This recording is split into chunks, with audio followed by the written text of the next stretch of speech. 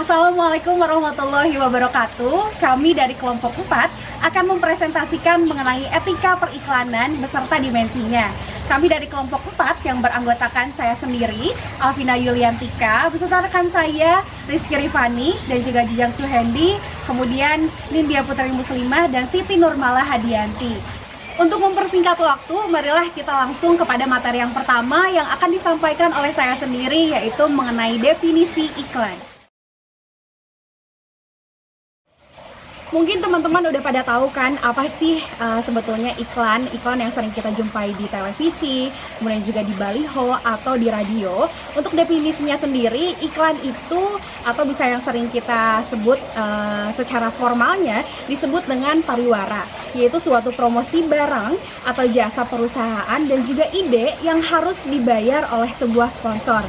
Pemasaran melihat iklan itu sebagai dari strategi promosi secara keseluruhan. Komponen lainnya yaitu publisitas, relasi publik, penjualan, beserta juga promosi penjualan.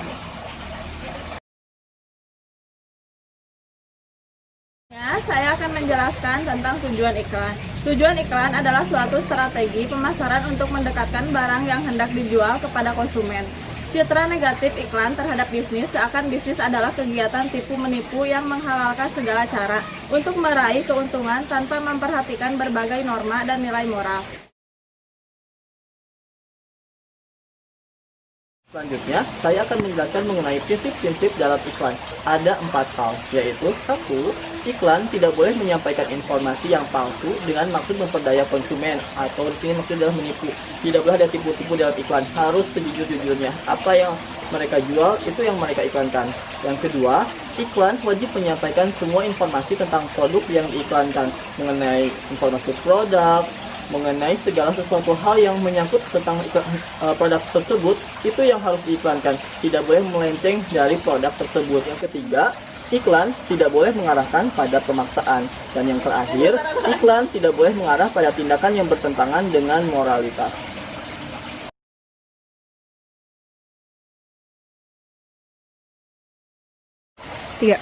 Selanjutnya adalah fungsi-fungsi iklan. Ada 2. 1. Iklan sebagai pemberi informasi. Iklan sebagai pemberi informasi tentang produk yang ditawarkan di pasar. Bagi produsen, ia tidak hanya sebagai media informasi yang menjembatani produsen dengan konsumen, tetapi juga bagi konsumen, iklan adalah cara untuk membangun citra atau kepercayaan terhadap dirinya. Yang kedua, iklan sebagai pembentuk pendapat umum. Iklan sebagai pembentuk pendapat umum dipakai oleh propagandis sebagai cara untuk mempengaruhi opini publik.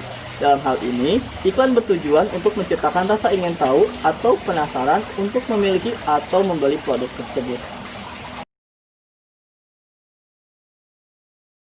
Baik, di sini saya akan menjelaskan mengenai beberapa persoalan etis periklanan. Ada beberapa poin, ada 4 poin di sini. Yang pertama adalah merongrong otonomi dan kebebasan manusia. Banyak iklan di luar sana yang mendikte bahwa si manusia itu atau si konsumen itu harus tunduk pada si hanya produk tertentu karena banyaknya iklan yang manipulatif. Lalu yang kedua, menciptakan kebutuhan manusia dengan akibat manusia modern menjadi konsumtif. Nah, di sini banyak iklan sebuah produk yang sejatinya dia tuh tidak menjadi sebuah kebutuhan dasar bagi manusia. Namun dikarenakan iklan yang begitu menarik dan manipulatif, sehingga manusia modern saat ini menjadi konsumtif.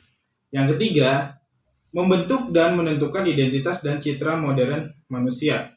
Nah, di sini iklan juga mencitrakan dan membentuk manusia atau seseorang bahwa contohnya, jika misalkan seseorang itu menggunakan produk tersebut, contohnya sampo brand X, maka citra si manusia itu akan menjadi lebih baik dan lebih bagus.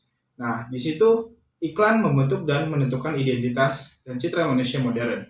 Lalu yang keempat, merongrong rasa keadilan sosial masyarakat. Banyak iklan di luaran sana yang tidak sesuai dengan aktual di lapangan. Contohnya ketika beberapa banyak iklan yang mengeluarkan produk-produk yang mahal, namun sejatinya di masyarakat luas sedang terjadinya penurunan ekonomi dan kesejahteraan sosial bagi masyarakat. Lalu selanjutnya ada makna etis menipu dalam iklan. Nah, di sini fungsi iklan pada akhirnya membentuk citra sebuah produk dan perusahaan di mata masyarakat. Citra ini terbentuk oleh kesesuaian antara kenyataan sebuah produk yang diiklankan dengan informasi yang disampaikan dalam iklan. Prinsip etika bisnis yang paling relevan dalam hal ini adalah nilai kejujuran. Dengan demikian, iklan yang membuat pernyataan salah atau tidak benar dengan maksud memperdaya konsumen adalah sebuah tipuan. Pengurusan perhatian kepada konsumen atau kebebasan konsumen yang dapat dirinci menjadi 5 bagian atau 5 hak. Yang pertama, ada hak atas keamanan.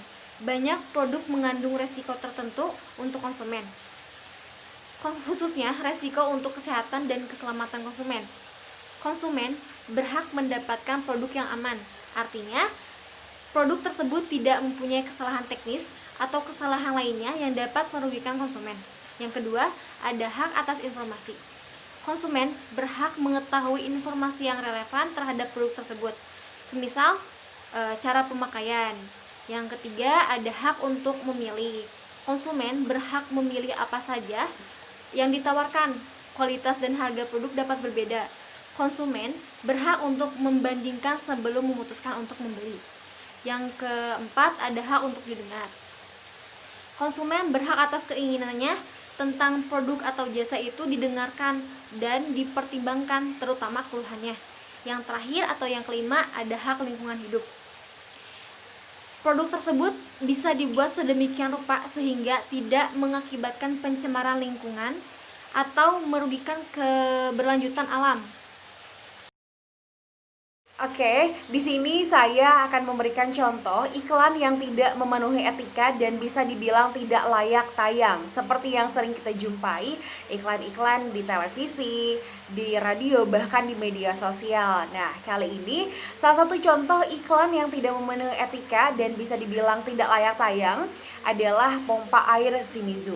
Mungkin teman-teman udah pernah lihat entah itu di televisi, entah itu di media sosial, dan bahkan mungkin di kabar berita bahwa iklan ini memang melanggar etika dan memperoleh teguran dari KPI karena iklan pompa air Shimizu ini tidak dinilai tidak pantas ditayangkan karena menggunakan model wanita berpakaian minim dan mengandung lelucon yang vulgar.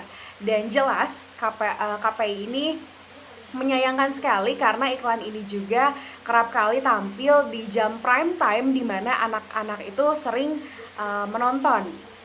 Kemudian juga salah satu iklan yang tidak memenuhi etika dan juga bisa dibilang tidak layak tayang adalah mie sedap versi ayamku. Banyak sekali mungkin teman-teman yang udah lihat entah itu di kanal TV, di YouTube, mungkin di media sosial lainnya juga mengenai iklan mie sedap versi ayamku ini. Nah, mungkin teman-teman juga ingat ya bahwa memang agak sedikit lelucon tentang si iklan tersebut karena dalam iklan tersebut juga terdapat scan di mana seorang guru sedang berbicara dan juga menerangkan pelajaran di kelas, dan guru tersebut juga sedang memegang bungkus ataupun produk dari mie sedap tersebut. Tapi di atas kepala guru tersebut juga terdapat seekor ayam yang kemungkinan besar itu adalah animasi ataupun editan dari iklan tersebut. Nah, iklan ini dianggap melecehkan profesi seorang guru karena di atas kepala si gurunya tersebut itu terdapat ayam yang memang berbentuk animasi, dan akhirnya KPI ini melayangkan teguran kepada perusahaan produk tersebut untuk memperbaiki iklan tersebut. Nah, itu beberapa contoh dari iklan yang tidak memenuhi etika dan juga tidak layak tayang. Terima kasih. Contoh iklan yang tidak memenuhi etika dan tidak layak tayang adalah Softener Software. Salah satu iklan yang melanggar etika dan memperoleh teguran dari KPI adalah Softener Software untuk varian Twilight Sensation. Iklan pelembut pakaian tersebut dinilai tidak memperhatikan peraturan siaran iklan, pembatasan muatan seksual, ketentuan perlindungan anak dan remaja, serta moral kesopanan.